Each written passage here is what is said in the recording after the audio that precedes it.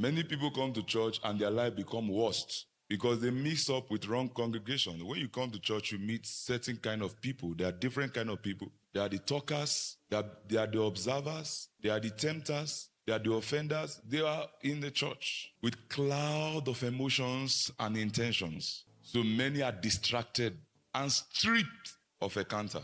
You must know that the gathering of the saints is for a mandate, not to date a man, a mandate of God. Not a date with a man, a mandate of God, meaning the vision of God, the purpose of God. That is the utmost reason for the gathering. Not to know people whereabouts, not to know who dress well and who does not dress well, who is dating who and who is not dating who is married. That's not what the church is for. So when you gather for wrong motives, you miss encounters. The prophet said, far be it that I don't pray for you. The number 2 instruction I will give to you, because see, some of us say, I'm not working, I'm suffering. How did death come? The service we have here, if I say I should prophesy to everybody who will not leave this service, it's you that will be tired. So not everybody will be located with prophecy. And there are many carnal people that are used to the service. Immediately it's time for prophecy, they are used to the church. They walk out and start eating, making noise, causing nuisance in the environment. And it might affect their destiny. So we have to close the service because of such people. In this kind of ministry, it is a lot of different kind of people that come. There are people that come from different nations, and they don't mind to make sure the service is even taken till 12 in the midnight because they borrowed money to come. They want to be located and prayed for. So now, if they are going back home, they are sitting in the car, maybe they were not located, they are gloomy, they are sad, they are saying, why did I go? I didn't get anything. So this is why service are extended. It's not me, it's compassion that draw you into service, longer service like that. So it's a blessing to some. Now it's not a cost to some because you just littering around, constituting nuisance, talking what you are not supposed to talk, gathered. So it's not good.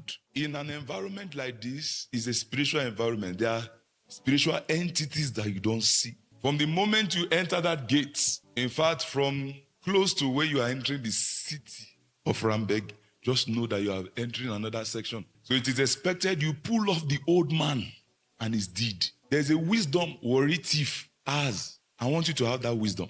They are thieves, but there's a wisdom they have. If a worried person you live in Rambeg, they will never steal in Rambeg. When they want to go and steal, they will go to Cape Town, Durban, to make sure that their environment is at peace. So police is not even bothering to come to their environment because they do their problem far. The church is not a place you should come and soil because it's a place of encounter. Don't dirty the water. So if you see me come out and start talking, I don't plan the speech. So once the Holy Spirit starts talking like this, you should know that it's an instruction for you. It was not a planned speech. Now listen, no, don't worry, keep the clap first. Learn. Because some people don't know the instruction of having a date with God. Because the church is having a date with God. You prepare to have a date with man, but you don't prepare to have a date with God. You have a date, you take your time. You look for the best perfume, best clothes, brush your teeth. You are trying to look all nice just to make sure the date goes well. When you are coming to church, clean your spirit, prepare your heart. Don't come and make friends. The church is the wrong place to make friends. I told you to keep your clap. You are still using it. When it's time to use it now, you'll be keeping it. Again, the church is a place of focus, to mind your business. It's a place of vision. What I'm doing here is expressing a mandate or manifesting a vision. So that is what you must focus on when you are coming there. It's the reason why most preachers don't put their private life out there. Their life is private. Because what I was sent to do is not to tell you my life. Say, I'm going to the gym, I'm showing you, I'm going to the gym, I'm jogging.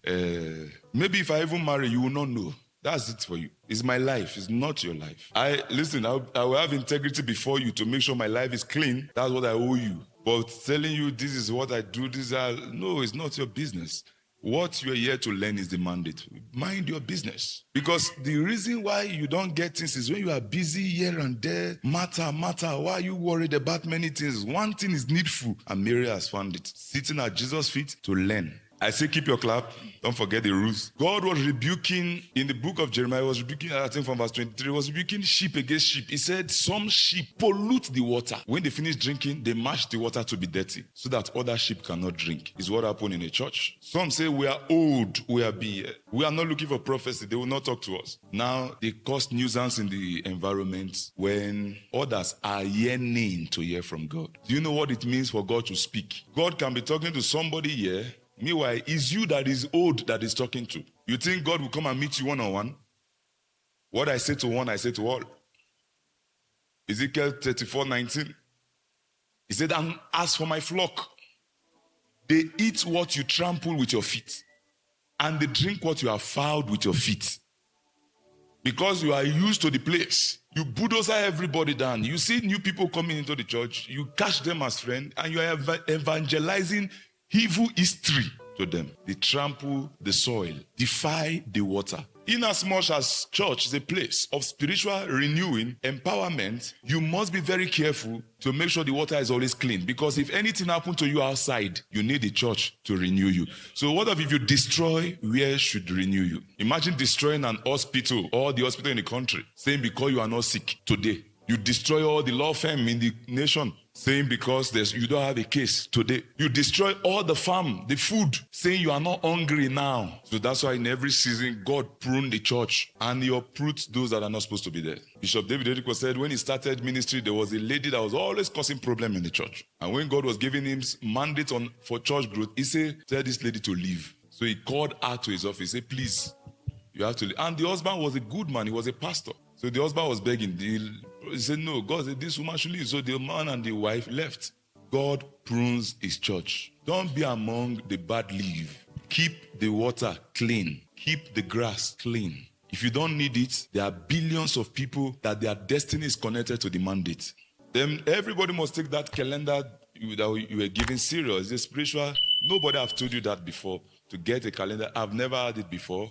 To get a calendar, mark a date. A spiritual calendar, mark a date for yourself. There are spiritual dates in the realm of the spirit. Spiritual dates. The Lord says since the days of John the Baptist. Since the days. That is a spiritual calendar. I've seen in a witchcraft coven where there was a very big calendar in the coven there. And all those calendars were marked, written something on that, marked. In a witchcraft coven, they wrote people's name there. When this person should die. When this thing should happen. So they wrote many dates marked in the coven. I'm not joking. And humans were living to fulfill. Those ones that don't have fire, those ones that don't have the presence of God and the power of God, they lived to fulfill all the mandates, the dates that was marked. And when you go to meet a sorcerer, he's able to tell you what is going to happen. You say, how did it know? They mark it in the coven. So some people have been given evil dates to die. You don't kill everybody in the witchcraft coven or occultic kingdom. You don't kill people randomly. You choose a date and you consult a spirit to choose that date. In the book of Esther 3 from verse 7, the Bible says Mordecai wanted to kill all the Jews.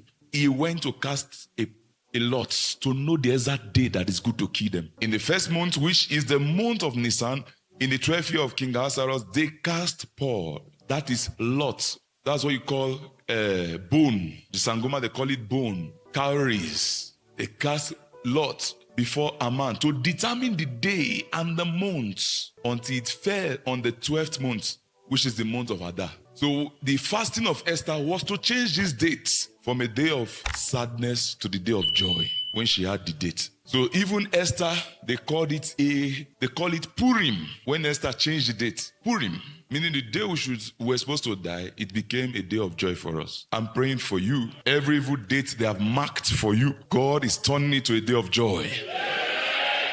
In the name of Jesus, I say it shall be a day of joy.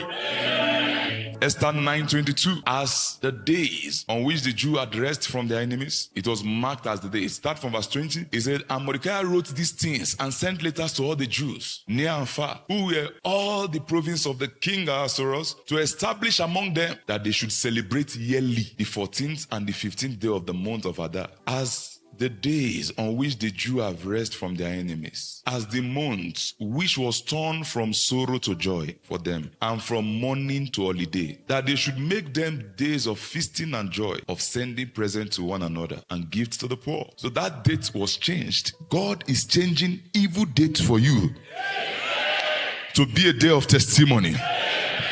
Why will people just wake up in this country, it's a beautiful country that is a nice country, and they say on the 30th of June, if you don't know how to mark dates, it will be a day of calamity for some. That's why I say God said he will turn 30th of June to a day of revival in South Africa.